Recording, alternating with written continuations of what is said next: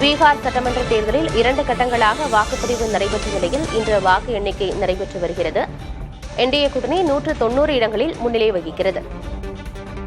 பிரசாந்த் கிஷோரின் ஜன்சுராஜ் கட்சி காலை 2 இடங்களில் முன்னிலை வகித்த நிலையில் தற்போது 0 என்ற நிலையில் இருக்கிறது. மற்றவை 4 இடங்களில் முன்னிலை வகிக்கிறது.